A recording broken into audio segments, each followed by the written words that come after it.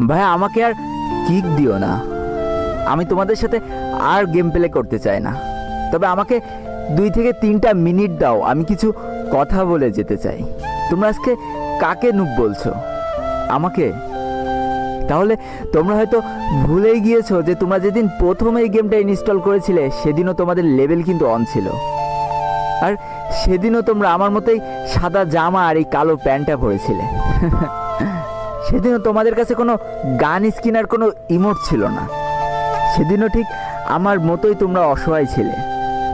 আর আজ দেখো তোমাদের কত অহংকার আর গর্ব। শুনেছি অহংকার আর গর্ব নাকি দেশলাই কাঠির মতো, কিছু জ্বালায় চুলা আর কিছু জ্বালায় স্বপ্নের ঘর। মাঝখানে তফাৎটা কি জানো? খালি এই দেশলাই কাঠি ব্যবহারকারী। জানো তো, আমি না তোমাদের মতো 10-12টা করে কিল করতে পারবো না।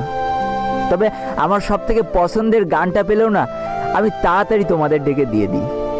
তুমি যখন নকডাউন হয়ে যাও আর তোমার বাকি টিমমেটগুলো যখন কিল নেওয়ায় ব্যস্ত না, আমি ঠিকই তোমাকে তখন হিল দিতে চলে যাই, কারণ আমি তো নুব। অনেকবার হয়েছে কি জানো, হিল তো আমি ঠিকই দিয়ে দিয়েছি, কিন্তু অতগুলো ইনিমির মাঝখান থেকে আর আমি হয়তো বেঁচে ফিরতে পারিনি।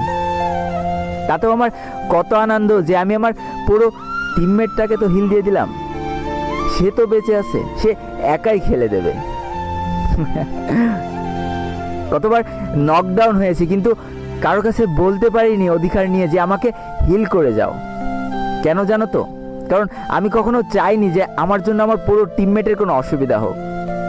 চুপ করে দেখে যেতাম যে আমার লাল এইচপিগুলো আস্তে আস্তে কমে যাচ্ছে আর আমি মারা যাচ্ছি, কিন্তু তবু আমার বলার সাহস ছিল না যে আমাকে হিল করে যাও।